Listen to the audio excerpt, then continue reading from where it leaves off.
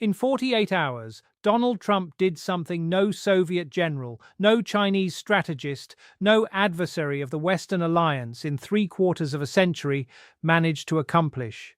He made America's closest allies question whether the alliance is worth the paper it's written on. Not through some elaborate geopolitical chess move, not through careful strategic repositioning, through a combination of public humiliation, transactional ultimatums, and what can only be described as a fundamental misunderstanding of what NATO actually is and what it actually does for American power. The question we need to answer today isn't whether Trump damaged NATO this week. That much is obvious to anyone paying attention. The real question is whether the damage is recoverable, or whether we are watching, in real time, the moment historians will point to as the beginning of the end of the post-war security order that kept great power conflict at bay for longer than any comparable arrangement in modern history. By the end of this analysis, you'll understand exactly why what happened in those 48 hours was categorically different from anything Trump did in his first term, why America's European allies are now having conversations behind closed doors that would have been unthinkable 18 months ago, and why the strategic beneficiaries of this week's chaos are sitting in Moscow and Beijing, absolutely delighted. Let's start with the facts, because the facts here are genuinely remarkable. Within a single 48-hour window, the Trump administration delivered what amounted to a simultaneous broadside against the foundational logic of the NATO alliance on three separate fronts. First, senior administration officials publicly conditioned American participation in Article 5 collective defense on what Treasury Secretary Scott Bessent described as allies meeting not just the 2% target, but demonstrating real burden-sharing commitment going forward. Language that directly implies American defense guarantees are now a transactional commodity rather than a treaty obligation. Second, the administration announced it was unilaterally reviewing the positioning of American forces in Poland and the Baltic states, without consultation with the host nations involved. Third, and perhaps most consequentially, Vice President J.D. Vance gave an interview to a sympathetic media outlet in which he described NATO's eastern flank commitments as open-ended entanglements that the American people never voted for. Take each of those developments individually, and you have a difficult week for the alliance. Take them together in the same 48 hours, and you have something qualitatively different. You have a deliberate, coordinated signal. Now, it's worth acknowledging what defenders of the administration will say here, because the argument deserves engagement rather than dismissal. They'll say Trump is simply doing what he promised, forcing free-riding European nations to pay their fair share. They'll point out that NATO's 2% GDP defense spending target was always aspirational for many members, and that American frustration with European underinvestment is entirely legitimate and predates Trump by several administrations. Here's what that argument misses. Pressuring allies to increase defense spending is not the same thing as publicly conditioning Article 5 guarantees on that spending. The first is burden-sharing negotiation. The second is something else entirely. The second tells every adversary watching, and they are all watching, that there is now a question mark over the most important commitment in post-war Western security, and once that question mark exists, it cannot simply be erased by the next press secretary's clarification. The damage is already done. That's the critical thing to understand.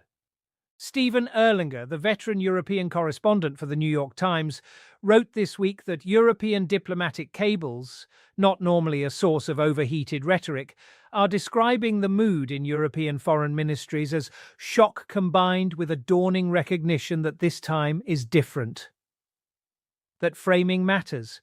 These are professional diplomats trained to underreact, trained to find the diplomatic formula that papers over difficulties. When they're not doing that, when they're reaching for words like shock, something genuinely significant has happened. Compare this to Trump's first term. The pattern then was aggressive rhetoric followed by institutional continuity. Trump would say alarming things about NATO burden sharing, then American officials would show up to NATO headquarters, go through the procedures, affirm the commitments, and the alliance machinery would grind forward. European leaders learned to manage the rhetoric while trusting the institutions. That was the coping mechanism that got them through 4 years. What's different now? Two things, and both matter enormously. First, the institutional guardrails that existed during Trump's first term have been systematically dismantled. The experienced national security officials who knew how to navigate the gap between Trump's public statements and operational reality, the Mattises, the McMasters, the Kellys, are gone.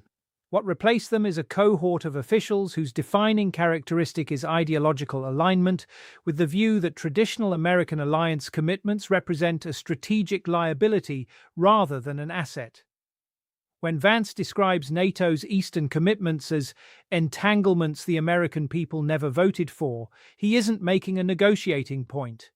He is articulating a genuine strategic worldview that now has representation at the highest levels of American government.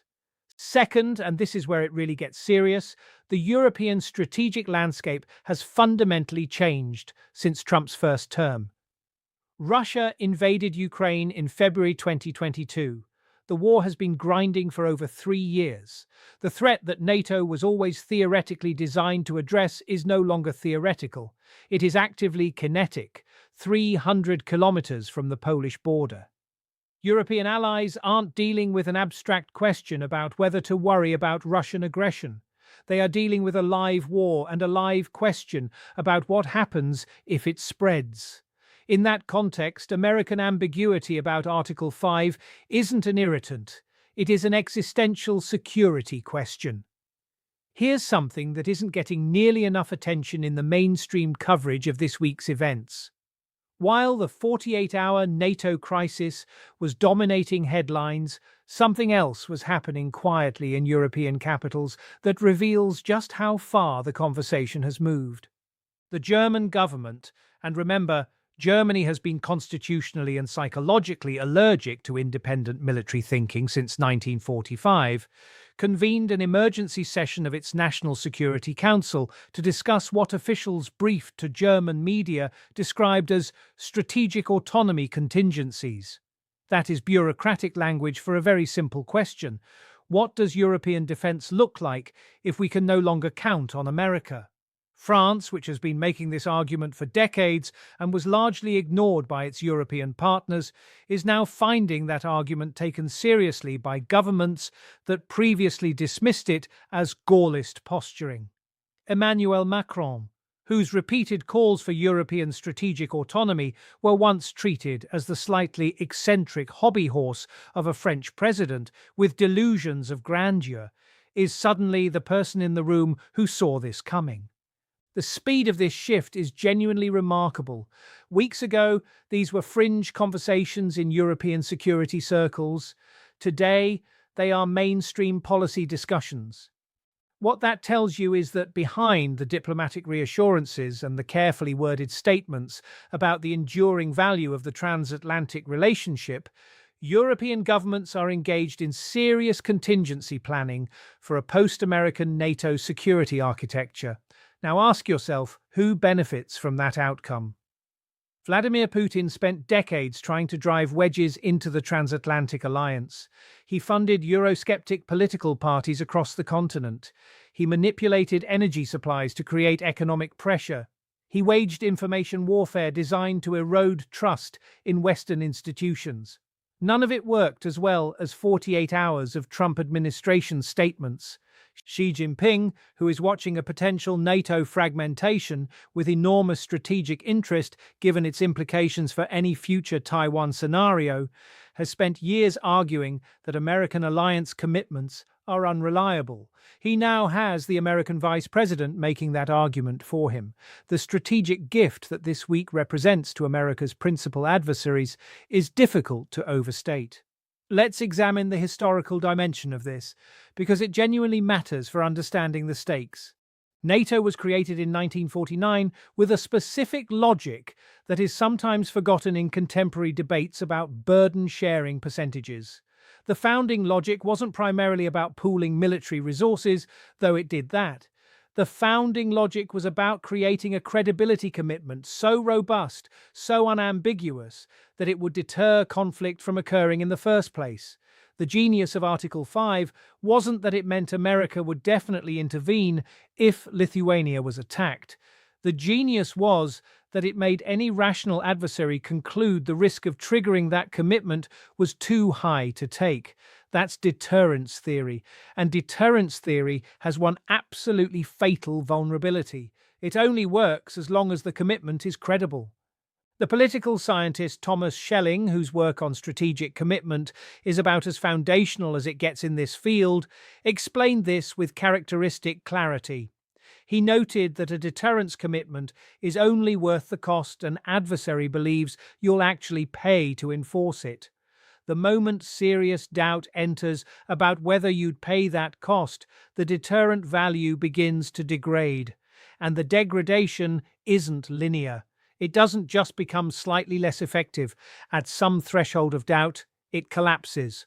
What the Trump administration did this week was introduce serious public credible doubt about whether America would pay the cost of enforcing Article 5.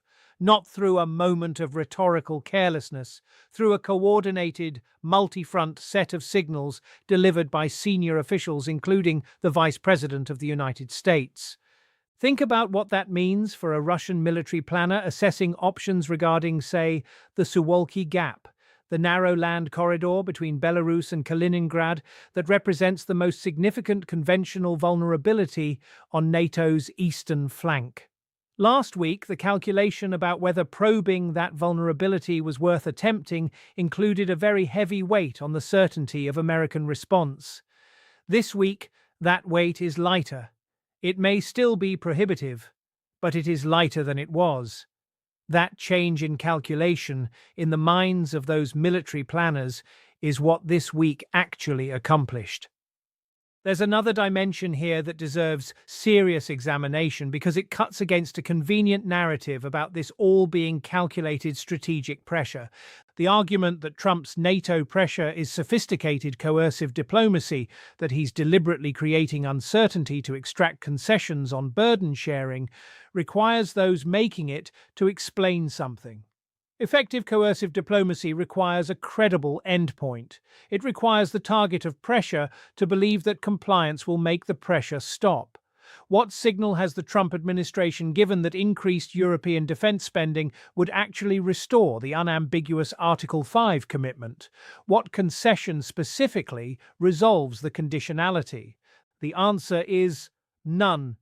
There is no clearly articulated outcome that European allies could achieve that would definitively restore the pre-this week status, and that's the tell. Skilled negotiating pressure has a clear ask attached to it. What we saw this week doesn't have a clear ask. It has an attitude, a worldview, and a set of signals that communicate genuine strategic ambivalence about alliances rather than tactical pressure within an alliance.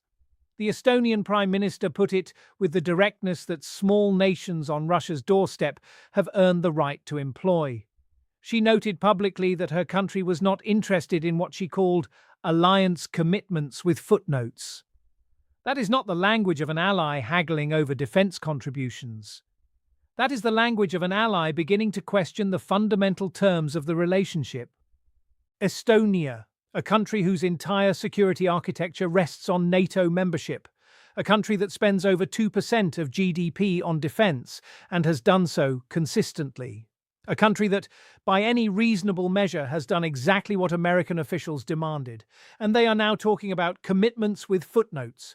That is a measure of how badly this week went.